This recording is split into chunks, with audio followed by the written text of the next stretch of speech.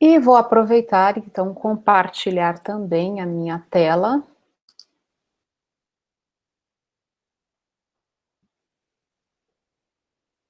Vamos compartilhar aqui rapidinho.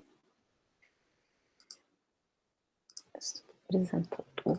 Uhum.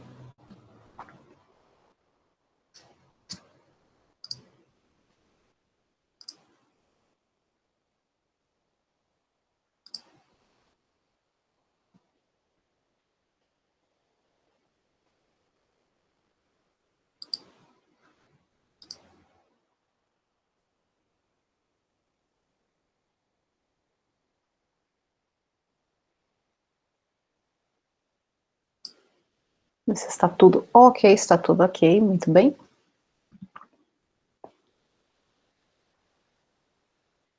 Tá, então vamos lá.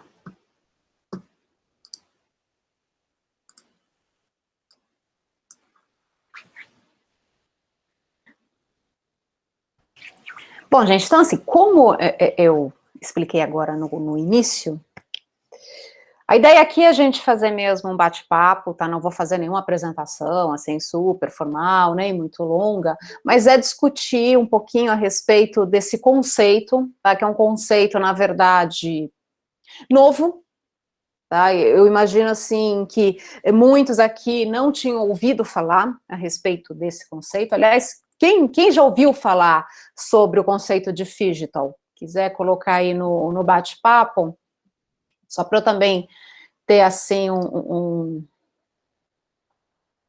uma ideia para poder conduzir melhor a apresentação. Mas a verdade é assim, esse conceito, ele surgiu nos últimos 5 anos, ele veio do varejo, em verdade, que é uma proposta que as redes varejistas, né, principalmente, assim, aquelas que as grandes redes varejistas que têm um acesso maior a ferramentas, né, digitais, né, uma tecnologia assim um pouquinho mais avançada, acabou incorporando então para melhorar, né, o alcance de vendas, estratégias inclusive de marketing e também estratégias de reposicionamento de marca.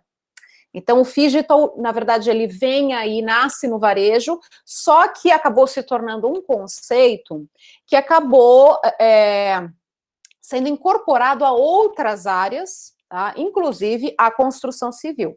E a gente vai ver, né, eu trouxe alguns exemplos aqui de como que este tipo de conceito ele vai impactar diretamente na concepção dos espaços, de qualquer tipo de espaço, aliás, pode ser de uma loja, pode ser de um escritório, pode ser um espaço esportivo, pode ser uma sala de aula, né, qualquer tipo de espaço pode incorporar esse conceito e vai sofrer um impacto muito grande desde a sua concepção, né, especialmente a concepção do layout. Então, assim, eu vou me apresentar rapidinho, né, já que o meu colega que ia fazer isso não veio, mas essa maioria de vocês, né, maioria aqui são alunos, ex-alunos, né, colegas da Unib, me conhecem, mas para aqueles que não me conhecem, né, então eu sou professora Camila Forcellini, sou a coordenadora do curso de arquitetura da Universidade de Ibirapuera, uma então das organizadoras aqui desse evento, né, que estava aqui, né, gerenciando ao longo da semana as atividades do evento. Eu sou arquiteta, né, de formação, com mestrado também em arquitetura, e no final do ano passado eu concluí um MBA na ISPM, que fala sobre, fala não, né, cuja área de atuação é experiência do consumidor. E eu estou contando um pouquinho assim da minha formação, para vocês entenderem por que eu estou abordando esse assunto.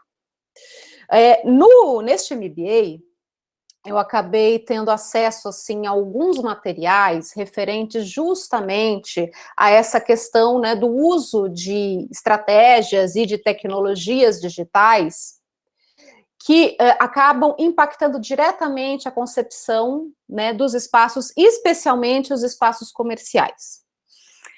Então, foi a partir, né, desse conhecimento que eu fui adquirindo, né, ao longo do MBA, que eu me deparei com esse conceito aí do phygital, que até então eu também não tinha ouvido falar, não entendia muito a respeito, né, e aí eu fui atrás das informações, né, e realmente verifiquei que é um conceito aí um pouco mais recente, né, que já vem sendo, assim, amplamente discutido, difundido fora, né, do país, especialmente nos Estados Unidos, ele acabou sendo mais, assim, difundido, tá? Mas que vem ganhando alguns estudos, alguns adeptos, né, alguns experimentos, onde esse conceito vem sendo aplicado.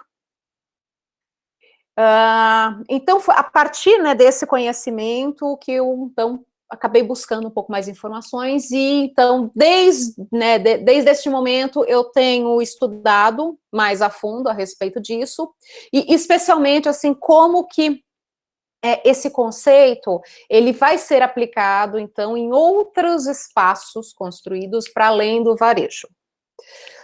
A minha área de pesquisa, desde a graduação, né, desde que eu iniciei, assim, uma carreira acadêmica a partir, né, de iniciação científica e depois do próprio mestrado, tem sido arquitetura esportiva.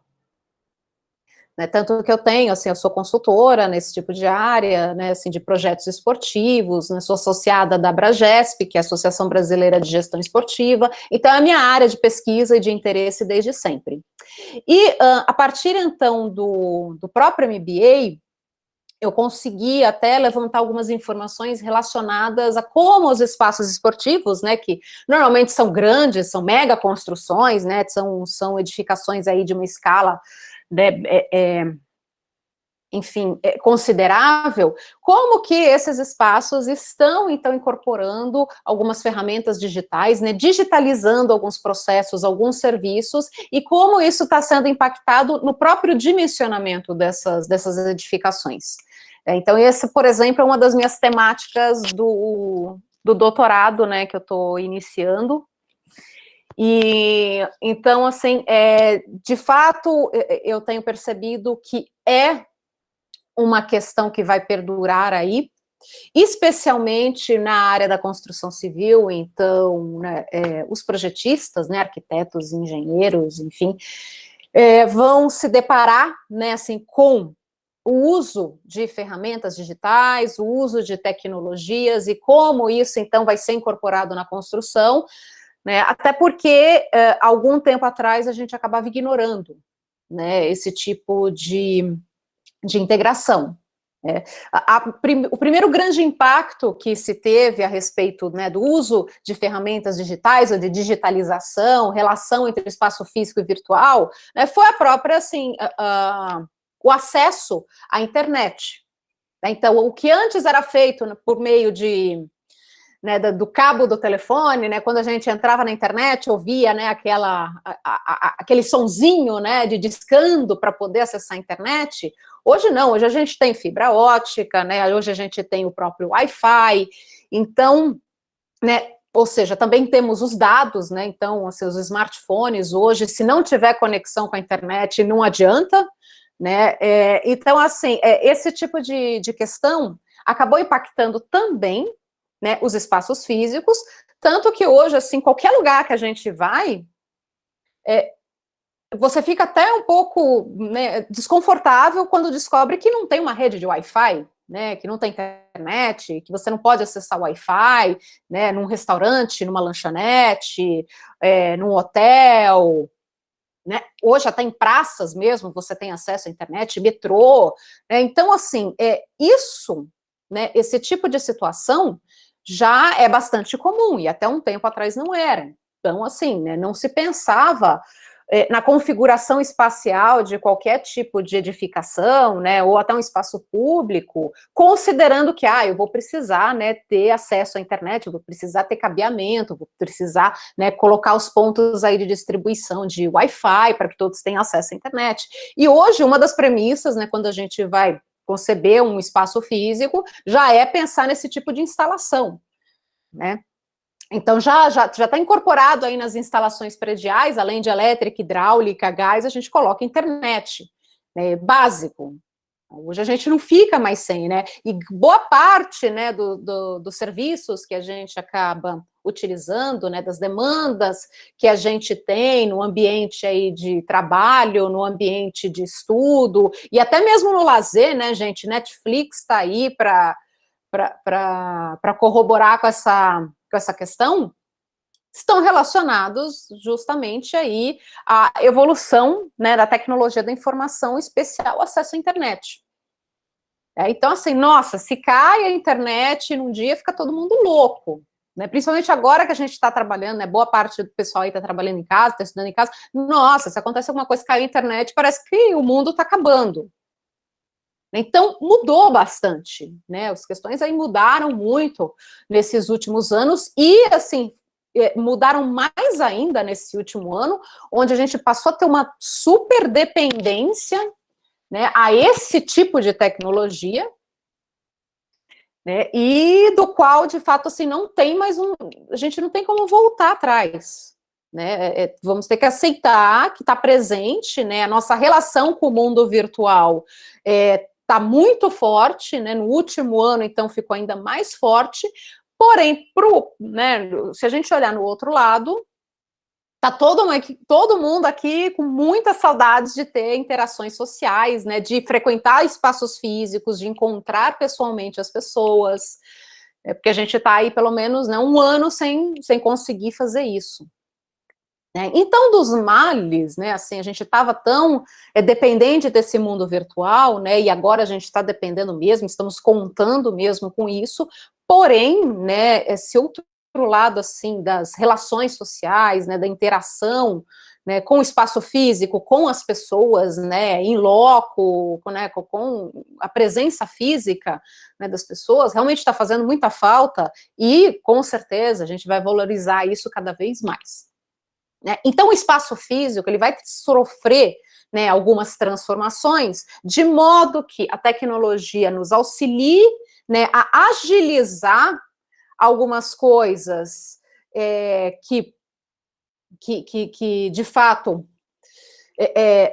seria um tempo perdido, né, coisas voltadas até a atendimento, a solicitações, tal, processos que podem ser digitalizados, né, por meio de ferramentas e de estratégias, para que a gente tenha mais tempo, né, para quê? Para as interações sociais, né, para experiências, né, relacionadas a um determinado espaço, para que a gente tenha um tempo, assim, maior, justamente para essa parte mais, digamos, mais humana, né, umas relações, assim, de fato, um pouco mais humanizadas, né, onde a tecnologia, né, os meios digitais não conseguem ainda fazer isso. Então, essa é basicamente a proposta do conceito Phygital.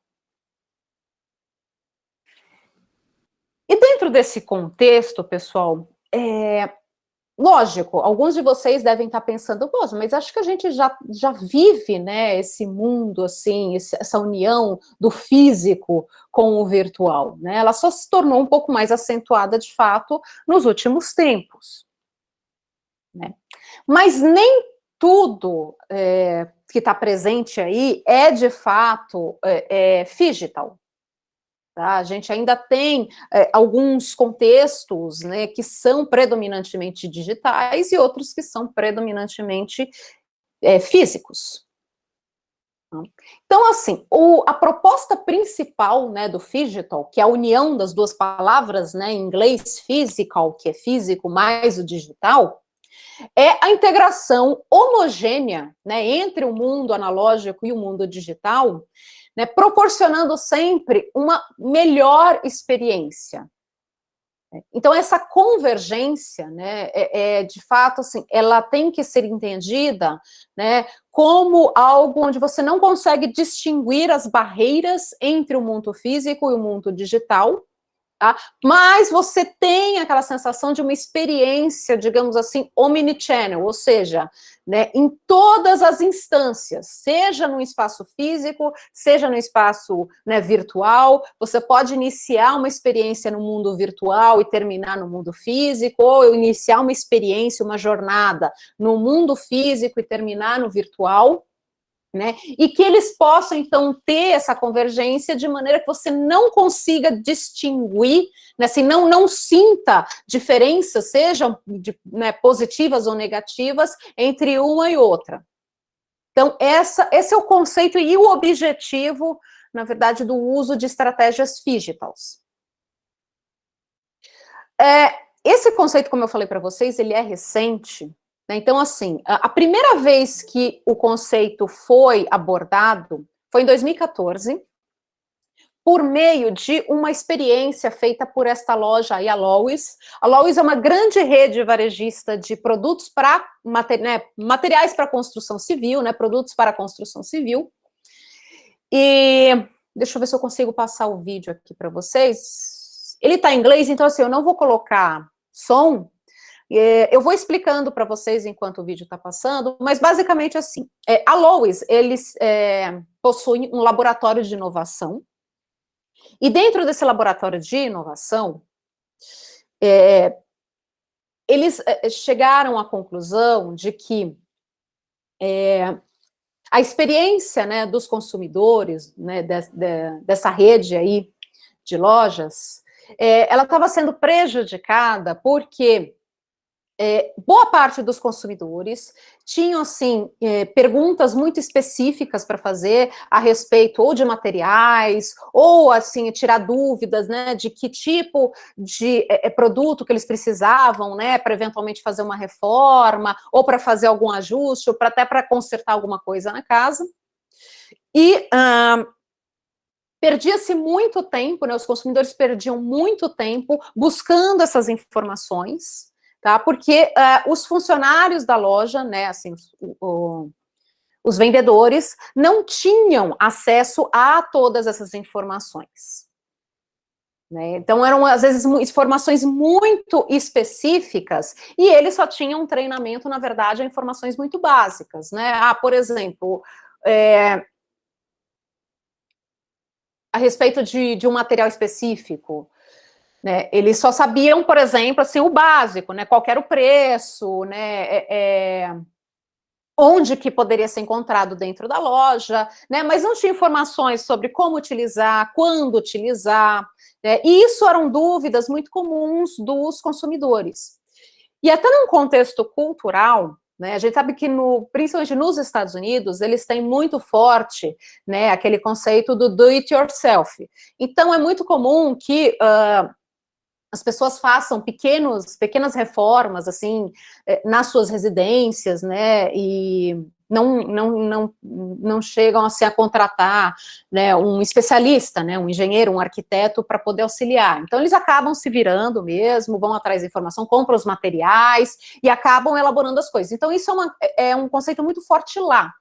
Né? Aqui, a gente tem algumas coisas, né, mas isso culturalmente nos Estados Unidos é muito forte. Então, é normal, né, famílias, homens, mulheres, irem até as lojas de materiais de construção, comprarem alguma coisa e fazerem por si só, né, fazerem a reforma de uma mesa, de um mobiliário, consertar alguma coisa, consertar o telhado, né, fazer pequenas reformas mesmo, né, aí lógico, no caso, assim, de reformas que envolvem questões estruturais, aí sim, né, a legislação lá é a mesma daqui, precisa contratar um especialista, mas para esses pequenos ajustes, eles realmente têm essa cultura de fazer por si só.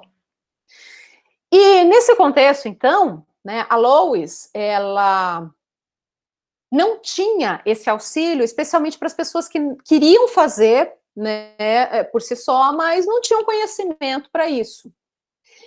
E aí, dentro desse contexto, o que eles fizeram? Eles criaram 2 robôs, né, que são os Lowe's Bots, que continham, então, informações mais assim, aprofundadas, especificações técnicas, dicas, inclusive, de como fazer, né, assim, passo a passo de como fazer, e ainda por cima, conduziam, então, os clientes, né, até a gôndola ou a seção onde eles precisavam, então, encontrar o material ou produto que estavam procurando. Então, eu vou soltar aqui o vídeo, só para vocês darem uma olhada, assim, na questão do robozinho. Então, assim, eles fizeram uso de inteligência artificial, né, baseando-se, então, nas premissas, né, num levantamento que foi feito a respeito dessa condição dos clientes deles, e criaram, então, aí, né, os robôs, que na verdade eram totens, né, como a gente está vendo aí, são totens, né, de autoatendimento, onde o cliente fazia pergunta, né, seja digitando, seja por voz, perguntando assim, onde que fica determinado material? E aí o robô conduz, né, o cliente até aquela sessão, tá?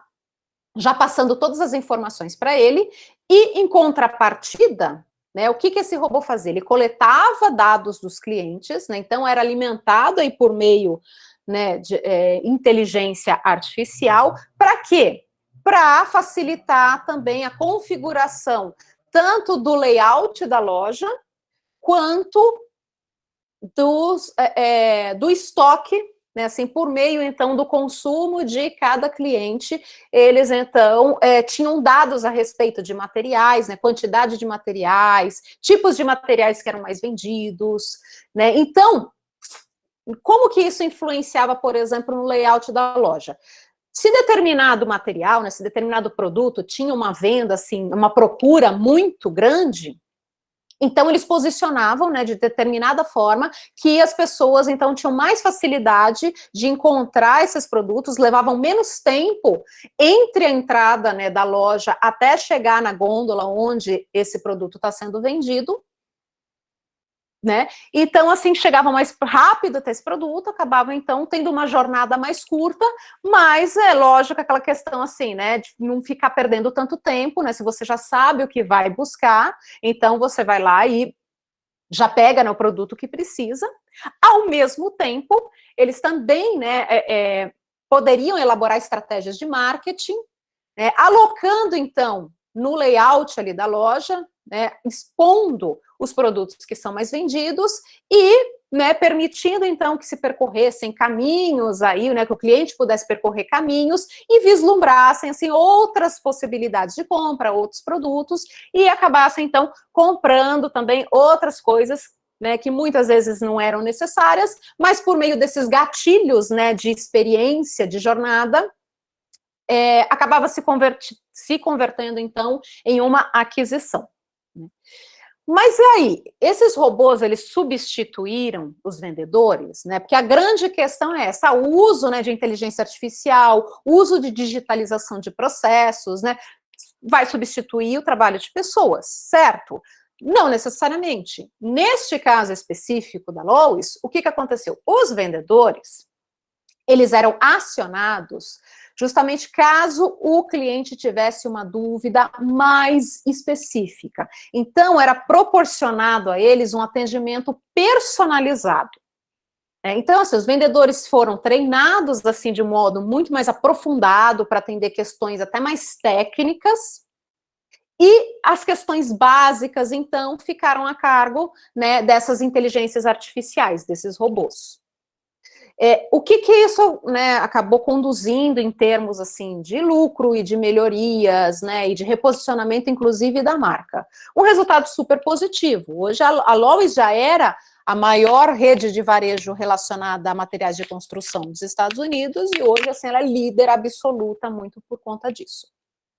Eles continuam trabalhando, né, na inteligência desses robôs, né? Então, assim, o sistema aí de inteligência artificial, ele continua sendo alimentado por meio de dados fornecidos pelos clientes, e esses dados, então, eles são utilizados para quê? Para melhorias, inclusive, no âmbito físico da loja e na experiência, então, que esses consumidores vão ter toda vez que forem para uma loja física. Tá? Então, esse é o propósito aí dessa estratégia Phygital que a Lowe's adotou já em 2014. Deixa eu passar aqui. Bom. Só que assim, para se adotar, né, uma estratégia, um conceito Phygital, né, num espaço físico, de fato tem que haver, né, um certo investimento em ferramentas, né, estratégias digitais, né, ou seja, em tecnologias, né, que consigam então fazer essa integração entre o espaço virtual, né, e o espaço físico. Algumas tecnologias e estratégias que vêm sendo utilizadas dentro desse tipo de conceito. Começar pelas tecnologias. Então, algumas coisas que estão sendo utilizadas nos espaços físicos, né, são equipamentos, né, ou ferramentas chamadas de self-service, né, ou seja, pode ser um totem, pode ser uma tela interativa, algum equipamento onde a pessoa possa, né, interagir, seja por voz, seja por, né, por digitação, mas onde ela consiga obter informações de maneira mais rápida, de maneira mais assertiva, onde ela possa, inclusive, se quiser, fazer simulações, tá? Então, por exemplo, um exemplo desse tipo de tecnologia são as vitrines virtuais. Algumas lojas, inclusive, têm utilizado provadores virtuais, né, onde você é escaneado, né, você tem um totem ali, e você é escaneado, seu corpo é escaneado, e aí você vai escolhendo, né, o tipo de roupa que você gostaria, né, de estar adquirindo, mas não sabe se vai ficar boa ou não. Então, ao invés de você perder tempo, né, de pegar a roupa lá na gôndola, né, na estante, enfim, o que está lá, né, a mostra, e se dirigir até um provador, você pode fazer uma simulação, né, virtual, a partir, então, desse totem, onde você tem o seu corpo escaneado, escolhe a roupa que você gostaria, né, de adquirir, e ele mesmo, né, por meio aí, né, desse escaneamento, né, dessa realidade virtual, você consegue visualizar, então, no seu corpo, a roupa, né, que você tá querendo adquirir antes de adquirir. Com a vantagem de que você não precisa se dirigir até um provador, né, tirar sua roupa, colocar outra e ficar olhando, etc, etc. Você já tem um vislumbre, né, de como ela vai ficar, e aí também tem a opção de ir até o provador, justamente para tirar a prova dos 9 e adquirir ou não aquela peça. Tá? Então, isso é um tipo de ferramenta, né, que a gente fala, né, de tecnologia self-service. Uma outra coisa que entra dentro desse self-service são o que a gente chama de cashless, né? Ou seja, você não tem um caixa físico, né, com uma pessoa que vai estar recebendo, então, né, cartão, dinheiro, cheque, etc. Você pode se dirigir para um totem e realizar o pagamento da sua compra, né, por meio de leitor, né, de QR Code, por meio de leitor de código de barras, né, por meio, inclusive, assim, de Bluetooth, de aplicativo de celular, você pode encostar ali no leitor, né, o próprio aplicativo, ele faz a leitura, né, e aí já faz o pagamento automático, e aí você só sai da loja com o seu produto sem perder muito tempo. Né?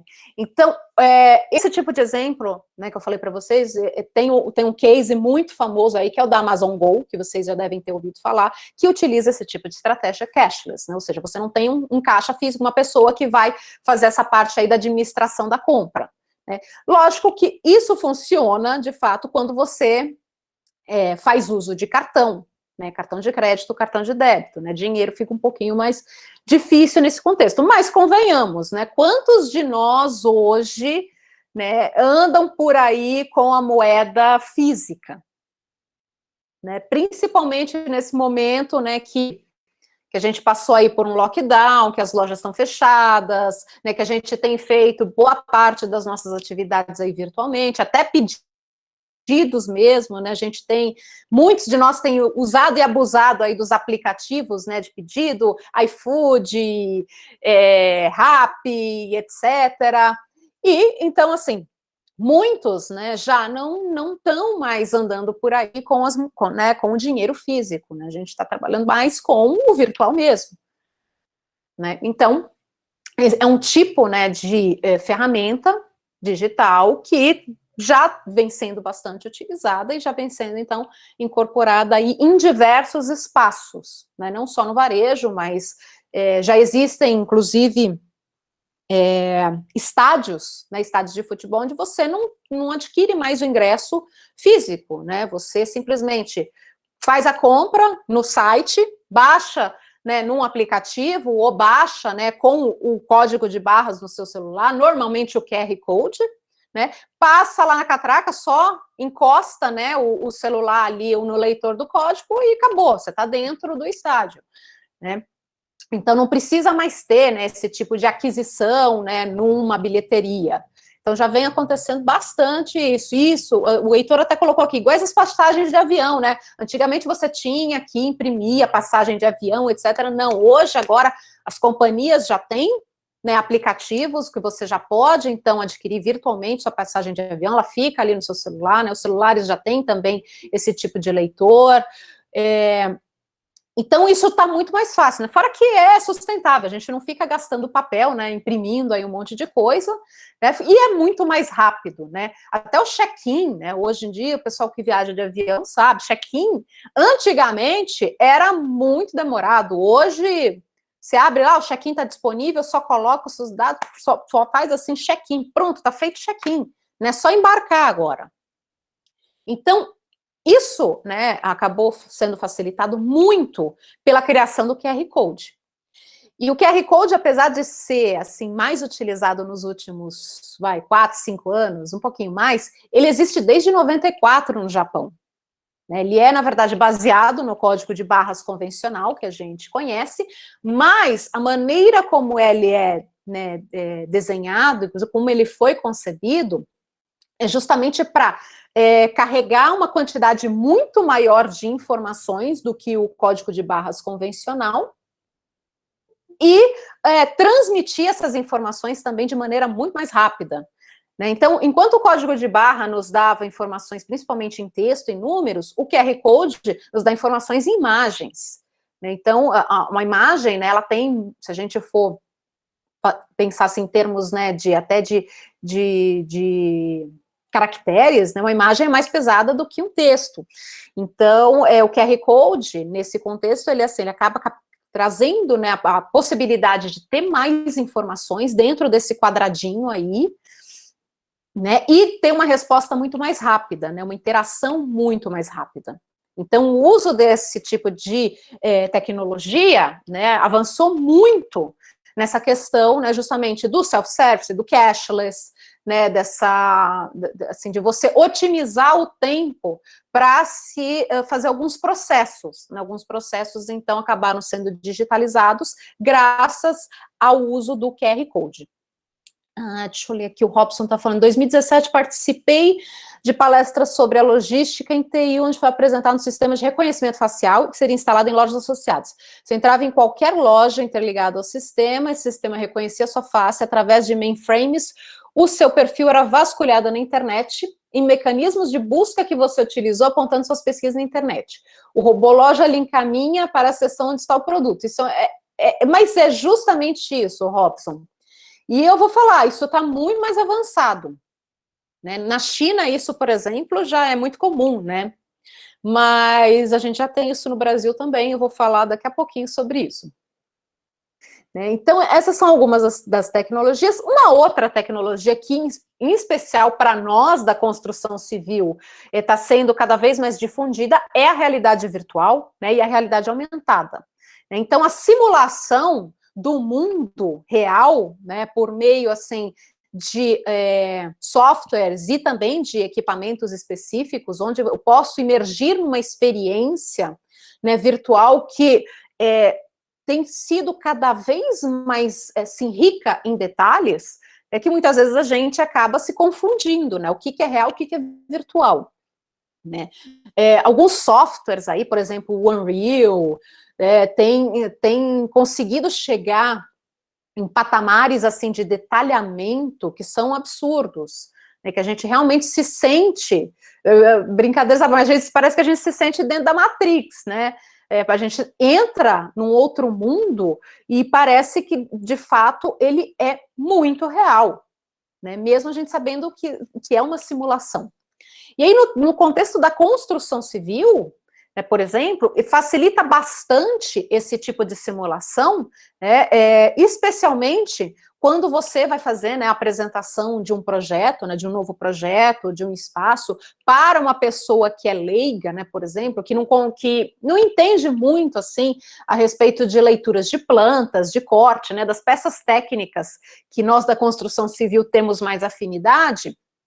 Então, para que ela entenda como que vai ser a relação, né, como que ela vai se sentir naquele espaço que está sendo concebido, eu posso, então, propor uma simulação, né, o mais próximo do real possível. Então, você faz, né, a modelagem do espaço em 3D, né, e aí, a partir de um óculos, né, e hoje, assim, não precisa nem ser um ultra óculos ali, né, o Google Glass, ou até os óculos, assim, né, de VR da Samsung e tal, né, que são um pouquinho mais caros, mas assim, com óculos simples, que você inclusive encaixa o seu celular nele, você consegue já ter esse vislumbre de uma realidade virtual.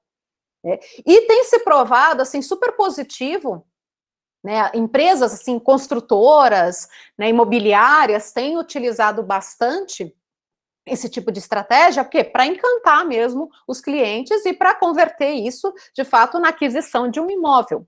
Né? Então, a pessoa já se sente assim, né? Já tem um vislumbre de como ela vai se sentir naquele espaço, mesmo ele ainda não estando construído. Né? E esse tipo de simulação está ficando cada vez mais próxima da realidade, é simplesmente assustador. A gente vê muito esse tipo de evolução a partir da indústria de videogames. Né? É assustador como a indústria dos games está conseguindo simular a realidade e criar, inclusive, simulacros, né? Assim, até outras realidades que a gente já começa a pensar que, nossa, são passíveis realmente de existirem, por mais que às vezes pareçam absurdas, né, mas a sensação de que você está num ambiente físico, mesmo sendo totalmente virtual, é muito grande. Né? Então, assim, acaba trabalhando um pouco alguns gatilhos aí, né, neurológicos que contribuem com esse tipo de sensação. Né? Então, é uma ferramenta que vem sendo bastante utilizada nessa questão aí, no conceito do digital. Né? E estratégias, né, trazendo então esses equipamentos, essas tecnologias para o espaço físico, o que tem acontecido bastante? Primeiro, a concepção de espaços mais flexíveis. Né? Então, assim, espaços multiusos, espaços onde eu possa, né, mexer no layout de maneira mais rápida, mais fácil, né, adequando justamente ao seu uso, né, então não restringindo mais a um determinado uso, tem sido, então, uma estratégia fundamental, né, recentemente aí na construção civil, e que para a incorporação desses tipos de tecnologias é fundamental mesmo. Né, até espaços assim itinerantes, né? Então, se eu puder utilizar um sistema construtivo que eu possa movimentá-lo, né? Por exemplo, muitas lojas aí, até lojas conceito, né? Para quem não sabe, loja conceito são lojas que não tem, por exemplo, um estoque, né? Você tem uma amostra dos produtos, né? A pessoa vai lá, confere o produto em um lugar, né? Assim, no espaço físico, mas faz o seu pedido por meio do site, e aí, depois de um determinado, né, momento, em horas, o produto tá entregue na sua casa. Você não precisa nem ficar assim, você está num shopping, vai para uma loja conceito, você não precisa ficar andando com a sacolinha por aí, tal, não sei o quê. Fica tranquilo, faz a compra na loja, confere como é o produto, se quiser experimentar, pode experimentar, né? E assim, no mesmo dia, o produto está bonitinho, embaladinho na sua residência. Então, esse é a proposta de uma loja conceito. Então, assim, algumas lojas conceito, inclusive, estão adotando estratégias de serem itinerantes. O que é isso? De não permanecerem num mesmo local para sempre. Então, assim, acabam utilizando sistemas autoportantes, né, que possam, então, ser montados e desmontados com grande facilidade. Né? Um dos sistemas que tem sido bem utilizado, especialmente não para lojas em shopping, mas pode também ser, dependendo, né, guardadas as devidas proporções, podem ser também alocados em lojas, em shoppings, é o próprio container. O container é um sistema autoportante, né, que vem sendo utilizado bastante aí na construção civil, principalmente para espaços temporários.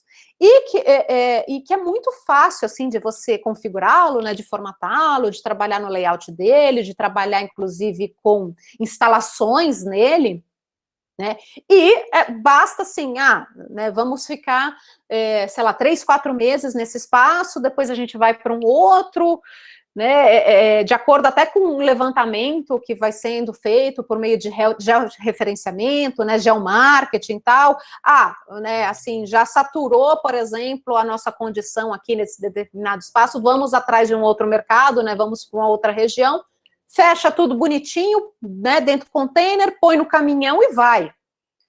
Então, é bem comum, né, principalmente em algumas coisas do varejo, né, o uso desse tipo de, digamos, de estratégia.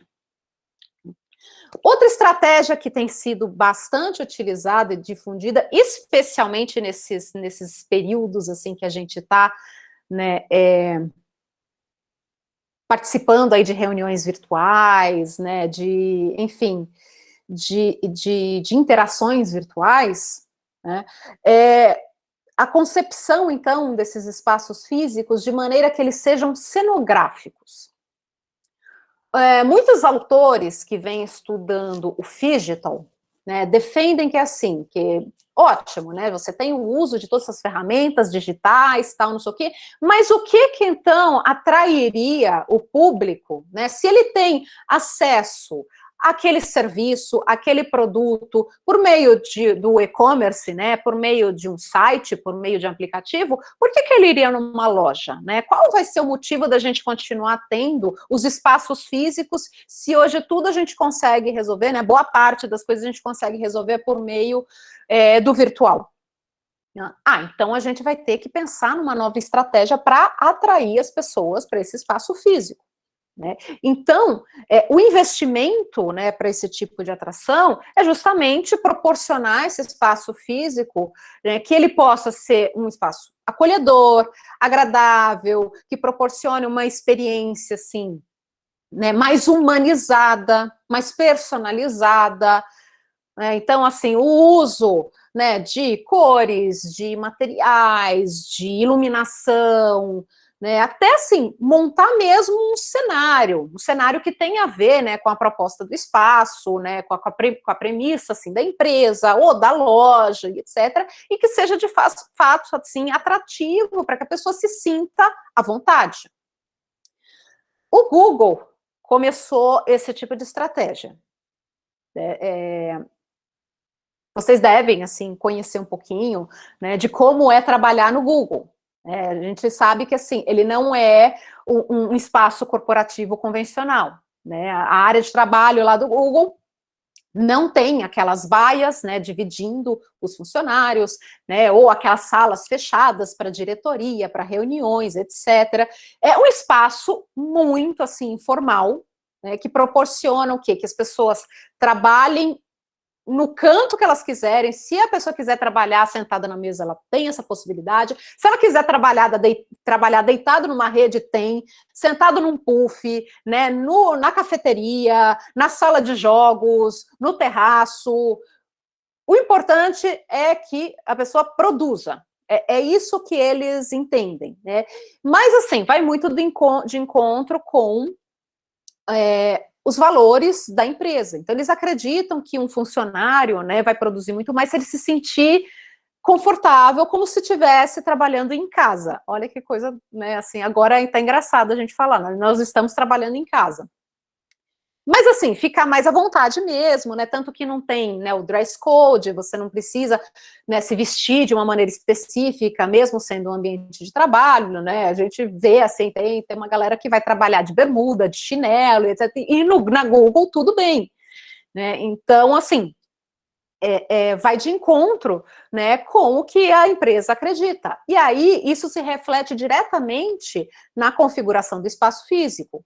Então, é basicamente um cenário montado ali, né? Então, toda a decoração que é feita do Google transmite, né, essa questão justamente de acolhimento, de bem-estar, de se sentir à vontade, né, e ter essa liberdade, né, de escolher como que você quer trabalhar hoje e onde você quer trabalhar, né? Qual área, qual espaço ali dentro do edifício que você quer, entendeu? Como que você quer, sentado, deitado, de pé, né? Então, assim, acabam se criando esses tipos de cenários, né? Mas que funcionam justamente se você faz uso desses tipos de tecnologia, se você tem, né, esse, digamos assim, acesso a essas tecnologias.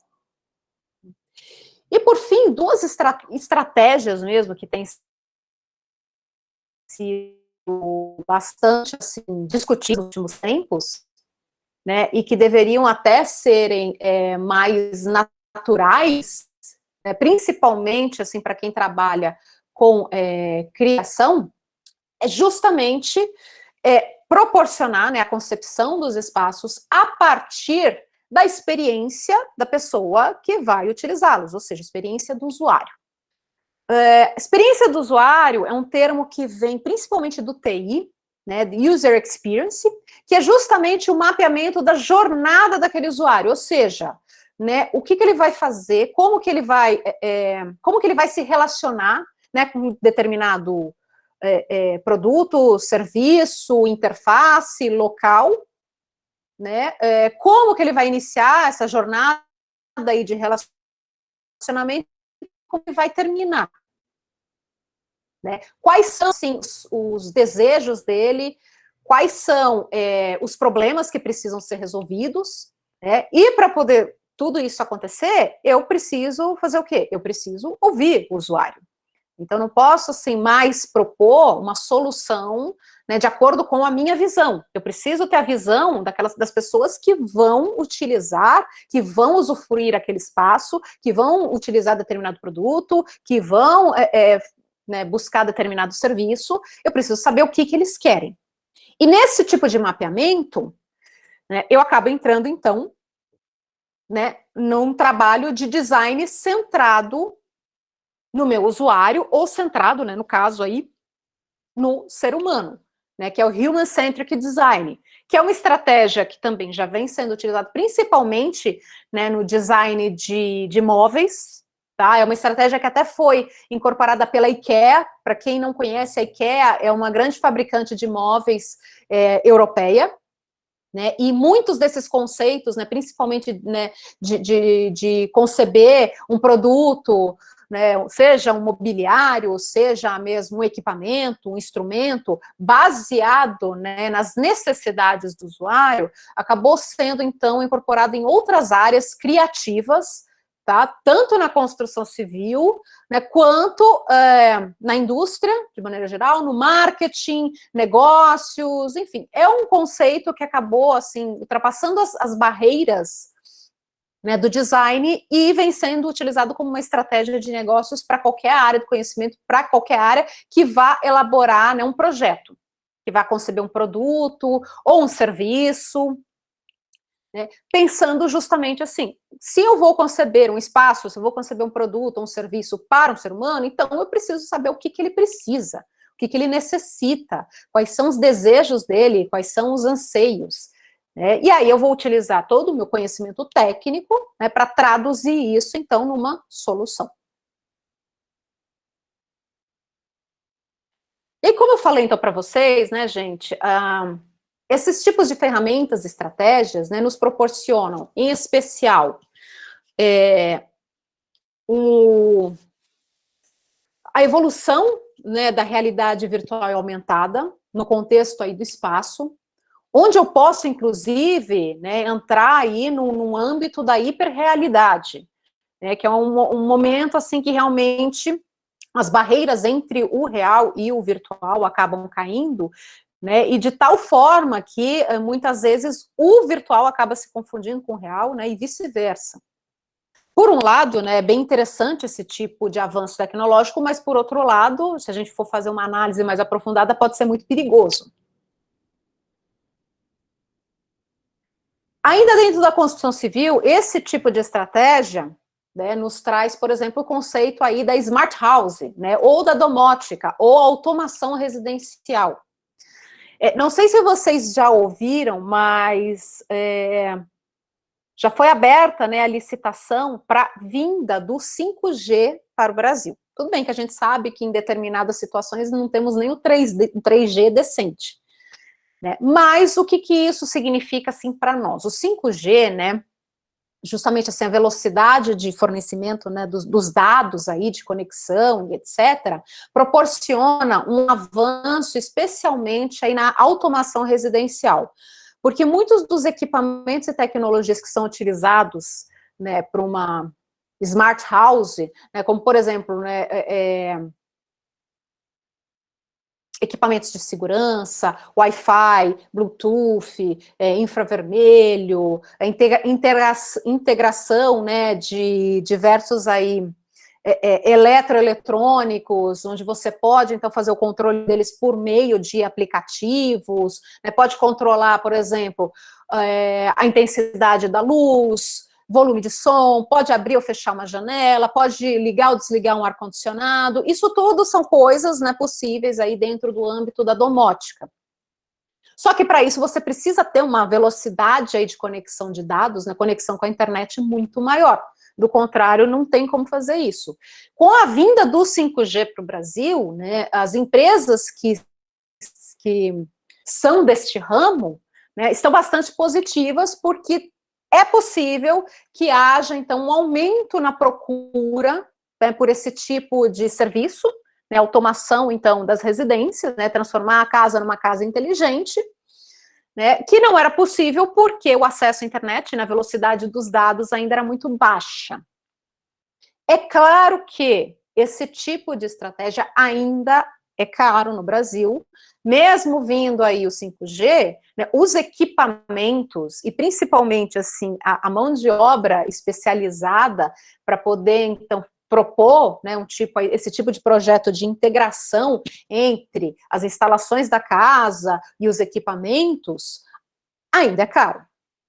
Né, para vocês terem uma ideia, esse tipo de serviço não é feito, por exemplo, né, por um engenheiro ou por um arquiteto, normalmente é feito por um cara, né, pelo pessoal de TI, né, que entende muito mais aí né, das questões aí da tecnologia da informação.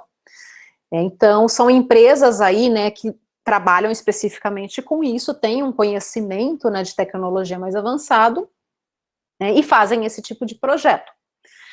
Então, tudo bem, pode ser que tenha um aumento por conta da vinda do 5G, ótimo, mas se os equipamentos não baixarem o preço, né, vamos ficar na mesma.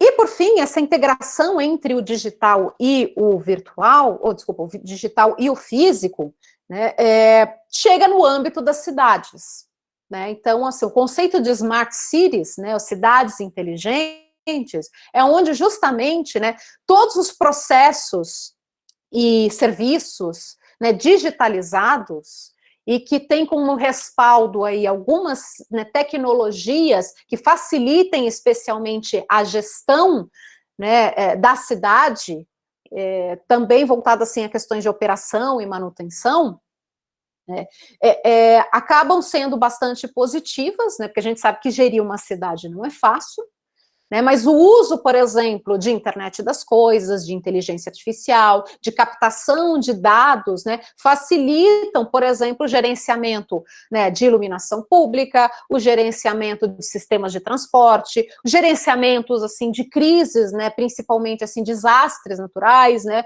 no caso de São Paulo, por exemplo, enchentes, né, que possam prejudicar aí, o sistema de circulação, né, então se eu faço uso, né, de uma base aí de dados que vem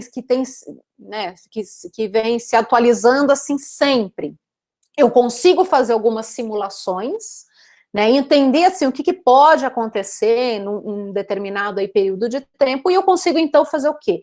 Me planejar, né, o planejar e já ter uma lista aí, né, de possíveis projetos ou de soluções caso problemas possam acontecer. Então, eu consigo antever, né, uma série aí de problemas que podem ocorrer por meio, né, de algum tipo de desastre, né, algum tipo de, enfim, algum tipo de fenômeno, né, que está fora, né, assim, da normalidade.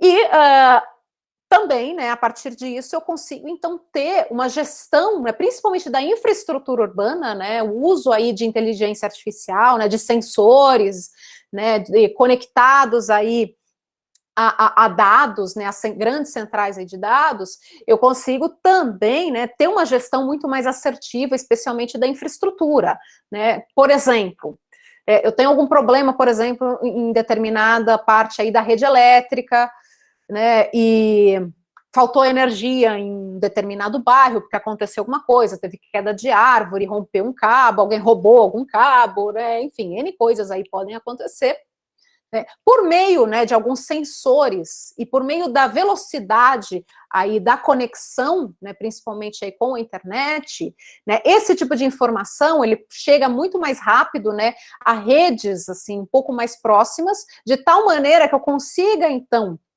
né, já ter um vislumbre por meio aí de mapeamento digital, onde que está o problema, né, qual é o problema e o tempo necessário, então, para poder solucioná-lo. Né? Então, eu consigo fazer esse tipo de manutenção de maneira muito mais rápida, né, de modo que não acarrete assim, tantos problemas na cidade, né, não se leve tanto tempo para se resolver qualquer tipo de problema, né, no contexto aí da rede de infraestrutura urbana, né, que a gente sabe, né, que pode gerar um caos danado, né, se tem queda de energia em determinado espaço, aí, por exemplo, cai né, a energia dos semáforos, aí fica aquele trânsito caótico, né, ou, né, neste momento que está todo mundo aí confinado, imagina, ficar sem internet, ficar sem luz, ficar sem telefone, né, a gente fica assim, louquinho, né, e aí fica sempre aquela, né, liga para a Enel e pergunta aí quanto tempo que vai levar, vai levar tanto tempo e não leva, entendeu? Porque assim, é sempre aquela estimativa baseada, sabe-se lá em quê, né? Mas quando você tem esse tipo de mapeamento, a estimativa fica muito mais precisa, né? Então, acaba facilitando muito a vida. Vivian, nos Estados Unidos, ao Amber Alert, que é através da rede de celular, envia um alerta sobre algum caso de desaparecimento de uma criança na área onde houve o caso, ajudando a segurança pública. Isso também entra no contexto das Smart Cities, a questão da segurança, Vivian.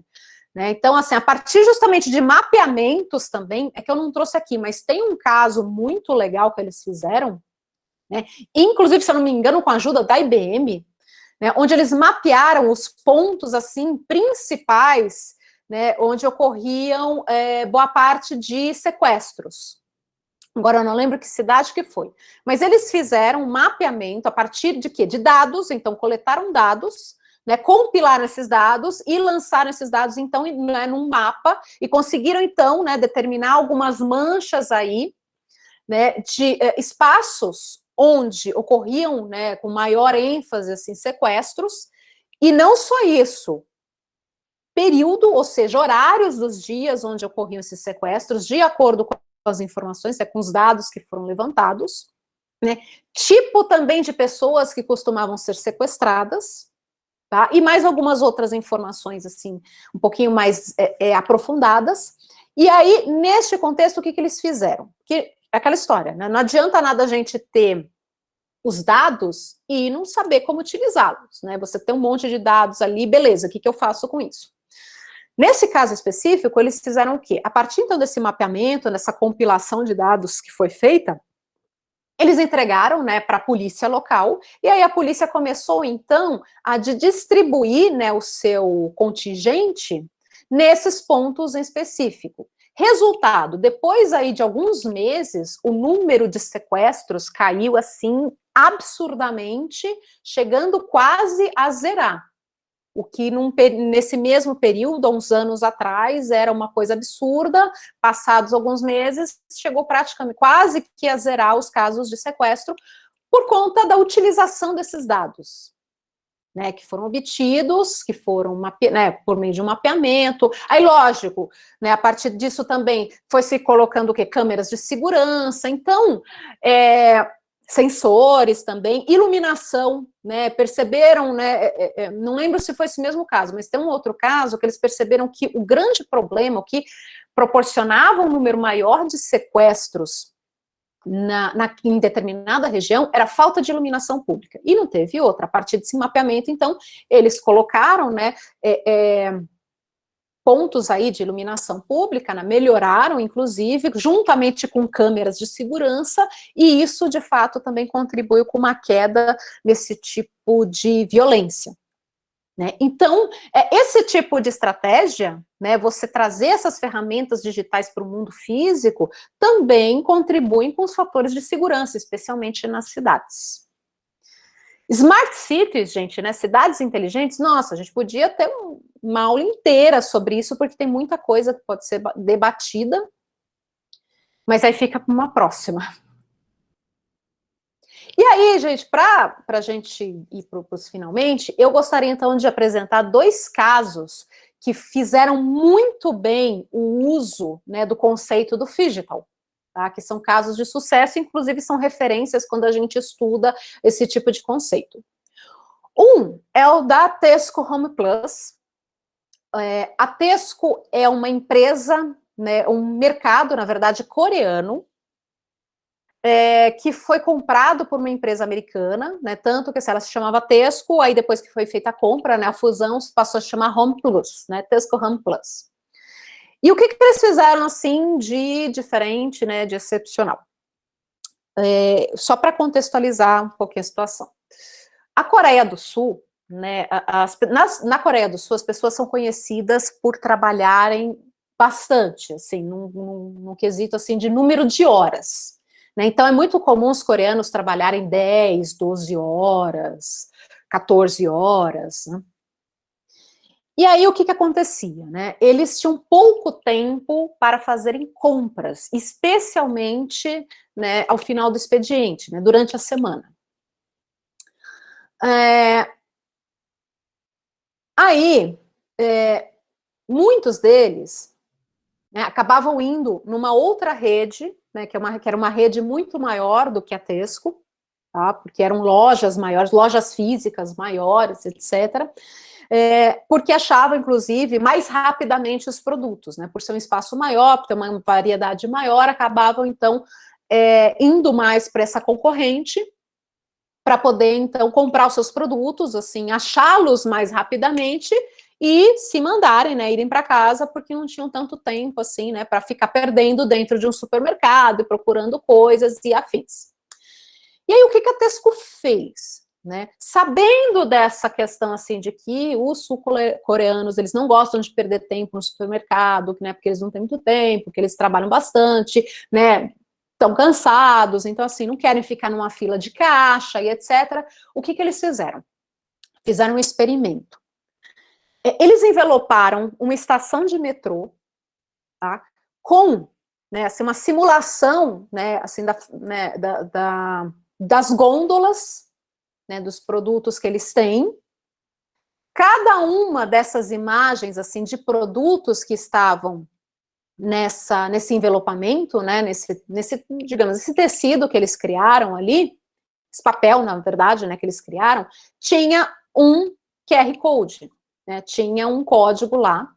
Bastava, então, né, a pessoa sair do metrô, se dirigir a essa, digamos, a essa parede envelopada, mirar o seu celular lá, né, no produto que ela queria, automaticamente ela fazia a aquisição daquele produto, né, assim, por meio do aplicativo da Tesco, né, fazia a leitura, adquiria, colocava a quantidade que queria, tal, o próprio aplicativo fazia o pagamento, e a entrega, então, dos produtos era feita diretamente na casa da pessoa.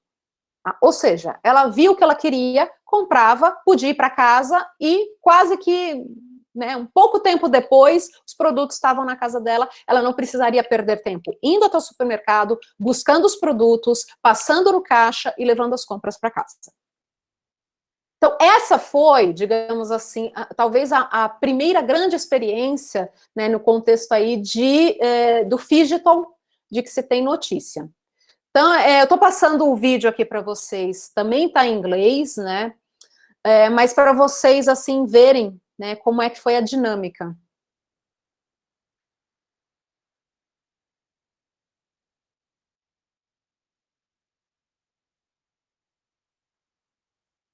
Então, assim, a grande concorrente era a eMart, né, da Home Plus, a Home Plus era a segunda, né, e queria se tornar, então, a primeira aí no mercado, né, no ramo, assim, de mercado, de supermercados.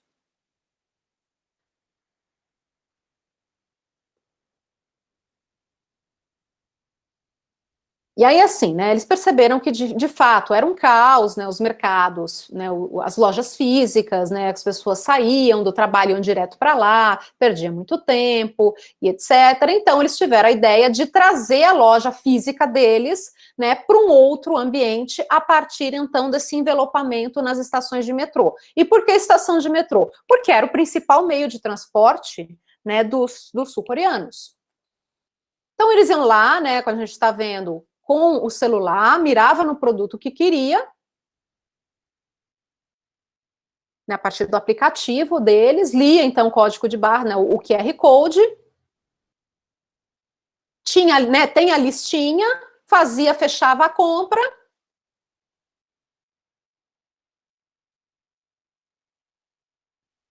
e aí as compras, então, iam, né, para a central ali no estoque, central de distribuição, e chegava, então, na residência da pessoa, sem ela precisar passar pelo mercado. E, ao mesmo tempo, você tem a mesma experiência, né, de escolher o seu produto, né, assim, né, de estar no espaço, visualizar ele, diferente de você fazer uma compra virtual, né, por exemplo, o e-commerce. Então, você visualizava, via se era aquele mesmo, via as proporções dele, quantidade e tal, e simplesmente ia lá, botava, né, então, o QR Code, né, a visão do QR Code, realizava o pagamento e pronto, estava na sua casa. Né, não precisava mais ir, né, até a loja física. E isso teve um aumento, esse tipo de estratégia teve um aumento de 130% das compras, né, tanto do e-commerce quanto, né, da loja física teve um pouquinho só de aumento, mas do e-commerce foi muito maior, e só com esse tipo de estratégia, ela passou a ser, então, a referência número 1, né, na Coreia do Sul com relação aí a mercados. E a segunda, né, o segundo case, assim, que é o mais conhecido, é o do Amazon Go. Bom, a Amazon, vocês devem saber, né, assim, é a loja que vende tudo, né, a maior loja, assim, né, marketplace, digamos, do mundo, né, a proposta do Jeff Bezos é justamente essa, só que eles queriam ir muito além, né, eles perceberam que nem tudo dava para ser vendido via e-commerce, né, via um mundo aí virtual, via plataforma virtual. Então, eles queriam bolar uma estratégia, né, de fato, assim, transformar as lojas físicas que eles tinham, né, gerando uma experiência aí de compra tão rápida quanto a compra, né, por meio das plataformas digitais. Então, nesse contexto, nasceu em 2017 a Amazon Go. A Amazon Go, né, é um supermercado, né, assim, um espaço físico, que não tem caixas, que não tem, assim, atendentes. Então, o que acontece? A pessoa entra na loja, né, lógico, você tem que ter o aplicativo ali da Amazon Go, né, você entra na loja, o espaço é todo composto por sensores e câmeras, tá? Cada um dos produtos também tem um sensor, né, tem o QR Code ali para você ver as informações e tal, mas assim, aqui o negócio é assim, se você quer comprar alguma coisa, você vai lá e simplesmente pega o produto, põe na sua sacola. A partir da tecnologia, então, né, dos sensores e das câmeras existentes, então, na loja, ele automaticamente já sabe que você está fazendo essa compra, já coloca assim no seu carrinho virtual dentro do aplicativo da Amazon Go. Você só autoriza, então, o pagamento e pronto. Ele cai direto ali no seu cartão, você só pega o produto, então, e vai embora. Não precisa fazer mais nada. Ah, mas assim, se eu só quero pegar o produto, assim, dar uma olhada, mas eu não quero levar ele para casa, né? Porque esse sistema, por exemplo, se você retira o produto da gôndola, ele já vai colocar no seu carrinho. Não tem problema, se você coloca o produto de volta, né? Você olha assim, ah, não quero, né? Olhei, tá, não quero, vou botar de volta. Ele automaticamente também tira do seu carrinho virtual, né? Que está no aplicativo. Então, essa loja, de fato, né, no contexto assim do Phygital, é a mais avançada que a gente tem. Então, tá até mostrando aí, o cara vai lá, pega, pronto, parece que assim, é de graça. Não, não é, já caiu diretamente no carrinho virtual dele. Você vai pegando os produtos, vai botando na sacola, ele já vai computando, né, por meio dos sensores, por meio das câmeras, ele já vai, então, colocando no seu carrinho virtual.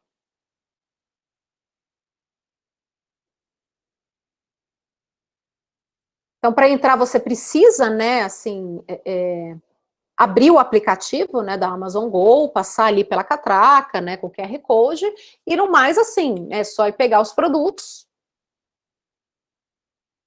Se você mudar de ideia, então você põe de volta, ele vai retirar do seu carrinho. Inclusive, algumas dessas lojas, se você quiser consumir algum produto em loco, pode também, você retira, tem um espaço, inclusive, para aquecer, tal, assim, do it yourself. Então, a pessoa faz isso por si só.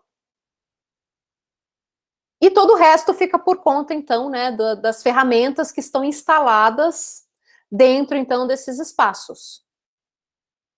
E aí o pagamento é todo feito, então, virtualmente por meio do aplicativo aí da Amazon Go.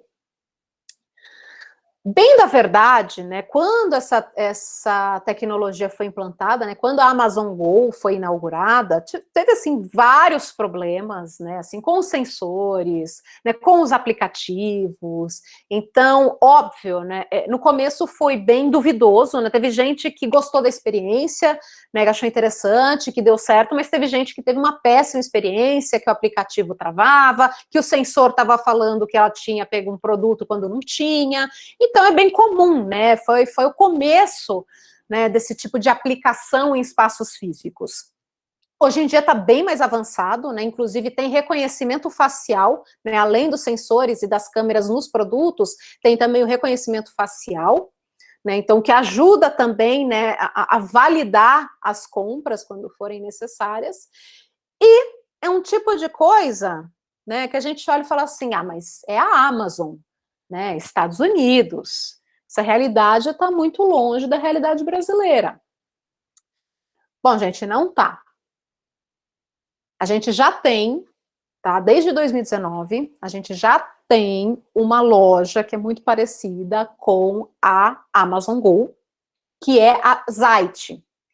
A Zite, ela é uma startup, tá? Que inclusive recebeu aí um incentivo, né, a partir de uma parceria com o Carrefour, né, cuja proposta é trazer mesmo, né, e trouxe, aliás, para a América Latina, o primeiro mercado 100% autônomo. Então, funciona muito parecida com a Amazon, né, você tem aí sensores, né, e leitores aí de QR Code, então não tem caixa, né, não tem, assim, atendentes, você simplesmente...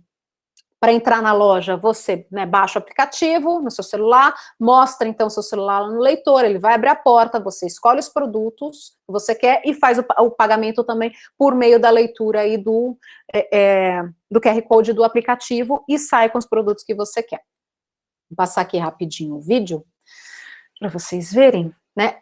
Essa loja, a primeira loja que foi feita foi no Espírito Santo, tá? Agora eu esqueci o nome da praia. Mas aqui em São Paulo, no Itaim, já tem um mercado mesmo com essas características. Deixa eu fechar isso aqui. Então, é no mesmo conceito. Percebam que, assim, que o layout, né, se a gente for fazer uma análise do espaço físico, né, o layout tem que ser mesmo um pouco mais limpo, né, então, assim, os produtos têm que estar visíveis, né, para as pessoas, então, poderem escolher, né. Percebam que, assim, que a gente não tem tantas, assim, gôndolas, né, assim, amontoadas, etc., né, um espaço, assim, um pouquinho mais amplo, inclusive, para circulação, para visualização, né. Esse é a primeira loja, na verdade, a gente está vendo, assim, que ela é pequena, né, mas, como eu falei, a gente já tem também um mercado no Itaim, que é da Zait, que já é a segunda, então, experiência.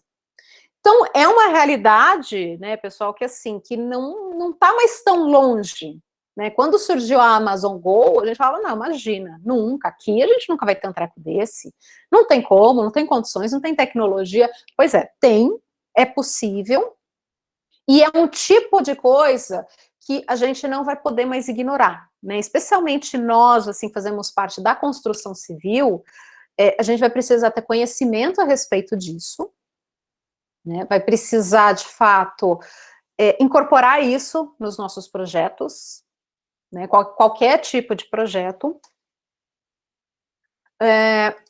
Porque, né, pessoal, mudou bastante, né, a gente tem presenciado, principalmente aí nos últimos 2 anos, né, mudanças, assim, profundas a respeito de valores, mentalidades, e que acabam impactando no comportamento, né, das pessoas, na relação que elas têm com o espaço virtual e o espaço físico.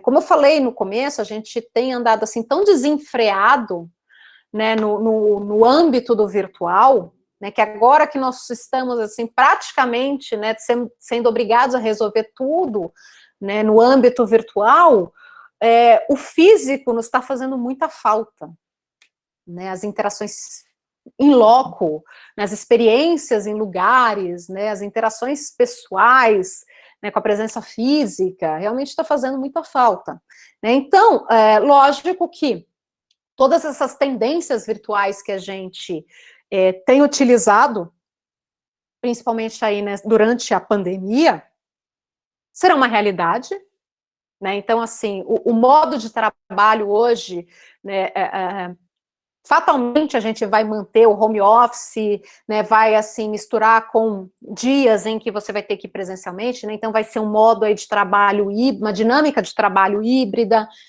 na educação também, né, então, assim, vai ser muito comum a gente ter aulas online, né, misturado, assim, com atividades presenciais, né, principalmente nós aqui, né, das áreas de arquitetura e engenharia, né, algumas das nossas atividades não tem como serem virtuais, né, ateliê de projeto, laboratórios, experimentos, né, todo mundo aí com saudade da sala de aula, mas fatalmente, né, aquela sala de aula que a gente conhece, não vai ser mais daquele jeito, né, a gente vai repensar o espaço, o dimensionamento dos espaços, inclusive, vai privilegiar, né, justamente atividades que precisam ser presenciais, então vai investir, né, na concepção de um espaço mais adequado, e aquelas atividades que podem ser virtuais, elas vão acabar se tornando virtuais, né, até porque você tem uma flexibilidade também de local, de hora, né, de, inclusive, assim, de acesso,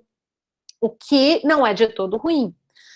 Diversão também, né, muitas coisas vão mudar, o próprio cinema, se a gente parar para pensar, assim, como que vão ficar os cinemas a partir de agora, né, com a possibilidade aí do streaming que a gente tem, né, Netflix, Amazon Prime, Disney Plus, e assim sucessivamente, né, vários filmes, inclusive, que estão sendo, né, que foram produzidos nos últimos tempos, já foram direto aí para as Netflix e Amazon Primes da vida, Apple TV, não passam mais no cinema, né, então, assim, qual vai ser a nossa relação agora com o cinema, né?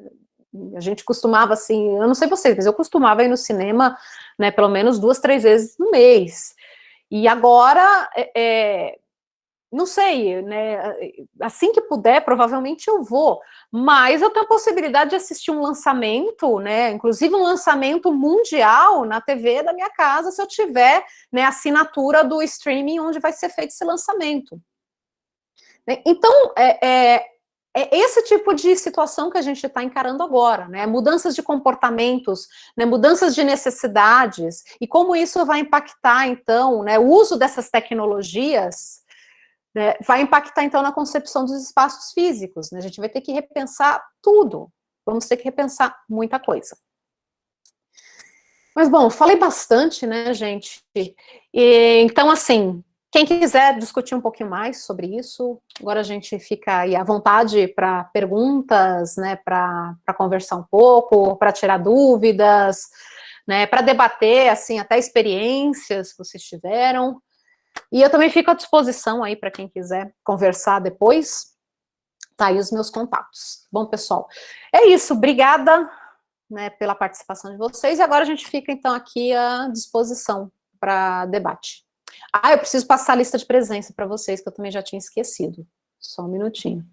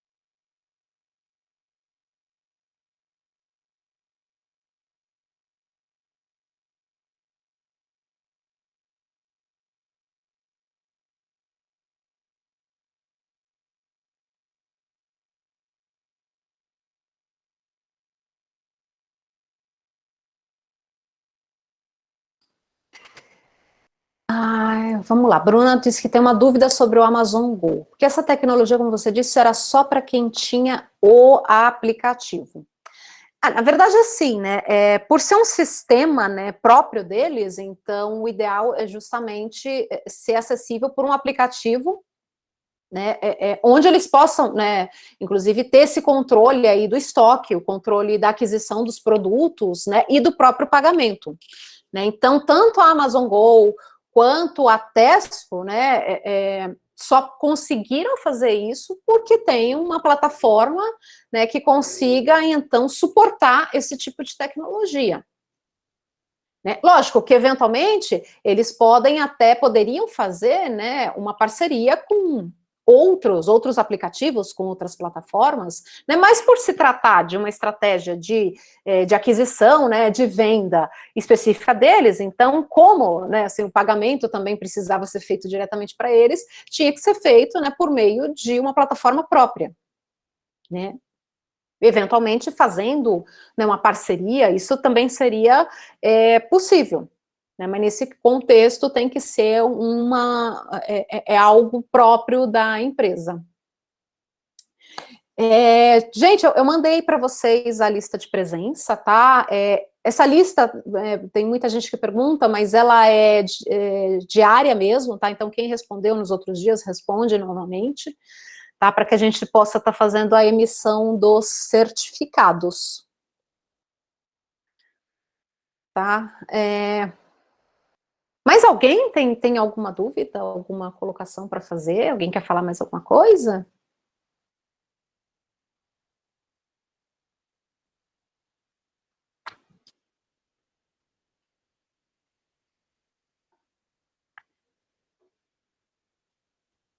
Tá, eu vou dar uma olhada, Márcia, pode ser que esteja com restrição de acesso. A empresa, Bruna, é a Zite. Eu vou até colocar aqui para vocês. Tá? É uma startup.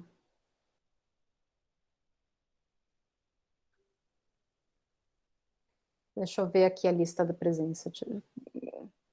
Vou abrir aqui rapidinho para ver se... Deixa eu terminar de...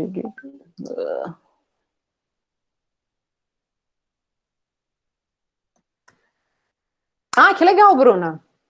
É um assunto, assim, é interessante para se abordar num TCC. Né? Ainda não tem, já te adianto, assim, não tem tantos estudos assim acadêmicos relacionados a isso, mas já tem algumas coisas, né? Assim, próprio esses exemplos mesmo, você pode assim, né, usar, né, buscar mais informações a respeito, né, disso por meio aí, né, desses casos que já dá então para você, né, desenvolver, né, algumas questões que podem ser, então, adaptadas, né, incorporadas aí no seu TCC. Acho que é um tema, assim, bem bacana também.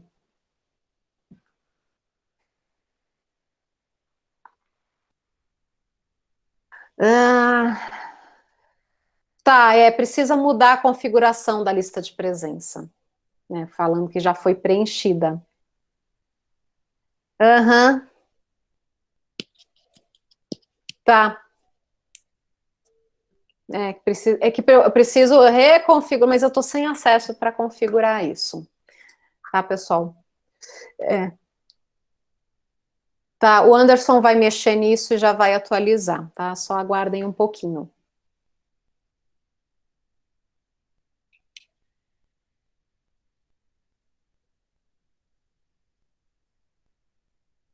Deixa ele só atualizar e eu passo de novo para vocês, aí vocês preenchem, tá?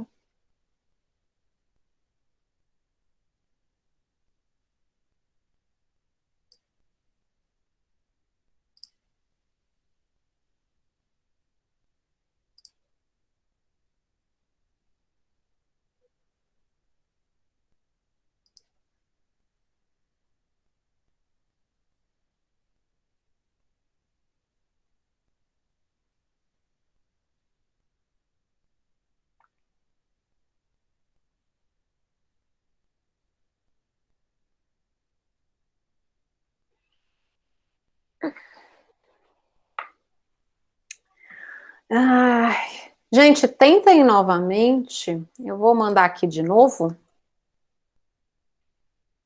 Acho que agora vai. Agora vai, Brasil. Vamos lá. Vejam se conseguem preencher. Ok, pessoal, vamos ver se agora vocês conseguem preencher isso. Ainda não. Então, pessoal, vamos fazer o seguinte: eu consigo puxar a lista de presença aqui pelo próprio Meet, tá? Então, tá, ok. Não fui eu que fiz esse arquivo.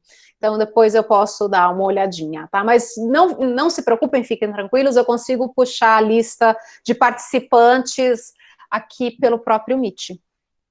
Tá, ó, teve gente que conseguiu, beleza, maravilha. Quem não conseguiu, pessoal, eu puxo por aqui, tá bom?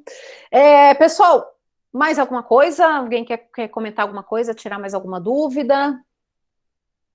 Né? Senão a gente pode encerrar por aqui, né? Eu sei, Willy, tá assim a semana toda.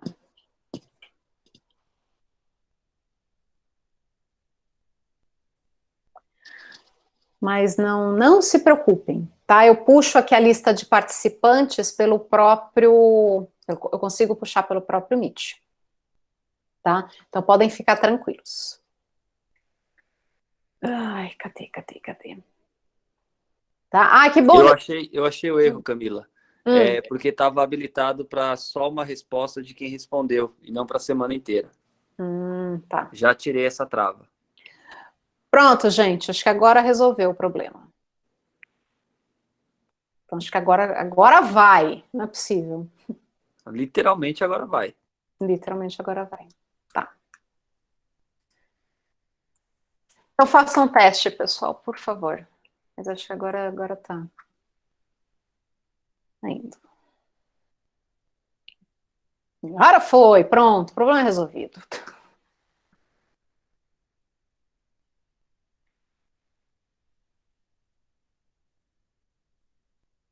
Então, maravilha, certificados estão garantidos.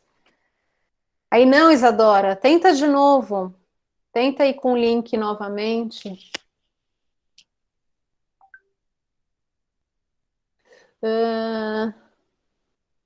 Isso precisa ser abordado mais vezes, porque é uma tecnologia que tende a crescer cada vez mais. Concordo com você, Levi. Eu acho que realmente a gente precisa trazer isso mais vezes, né, para discussão, de fato. Tá, agora deu certo. Bom, pessoal, então acho que a gente pode ficar por aqui, se ninguém tiver mais nenhuma dúvida, né? Nunca mais teremos. Não, a gente não. Já era, a gente não consegue mais, a gente não larga mais, né, do smartphone. Agora, então, não vivemos mais sem esse negocinho aqui. Nossa vida está toda resumida aí. Bom, pessoal, então acho que por hoje a gente pode ficar por aqui. Agradeço mais uma vez pela participação de vocês. Eu já adianto o seguinte. Quem, por um acaso, perdeu alguma das palestras da semana, né, por algum motivo não conseguiu assistir, ou pegou no finalzinho, né, ou teve que sair no meio, elas vão ficar gravadas e disponibilizadas, elas serão disponibilizadas no nosso canal do YouTube, tá? Para que possam, então, ser vistas, né, por quem quiser. Amanhã mesmo eu passo para vocês o link do nosso canal do YouTube, o canal do curso de arquitetura. Tá? Provavelmente a partir da semana que vem os vídeos vão estar disponíveis lá, tá? Então, quem quiser, inclusive, rever alguma palestra também, vai estar tudo disponível para vocês. Tá?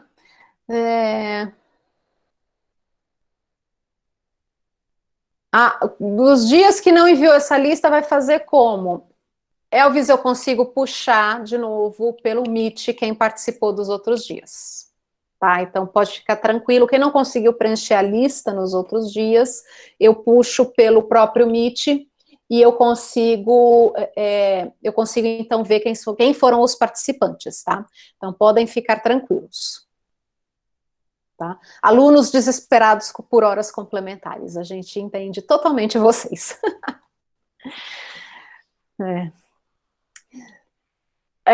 Eu conheço os dois, Elvis e Denis, eu conheço vocês. Eu entendo. Bom, pessoal, mais uma vez, então, obrigada pela participação de todos, meus alunos, ex-alunos, professores, colegas, né, pessoas que vieram de outros cursos, de outras instituições. Amanhã eu convido, então, todos vocês, né, para o nosso último dia de palestras, ok? E aí a gente se vê, então, espero que vocês aproveitem, tenham aproveitado o evento até aqui, e aproveitem, então, o nosso último dia aí da semana. Tá bom? Obrigada, pessoal. Boa noite para vocês. Cuidem-se e até amanhã, então. Tchau, gente.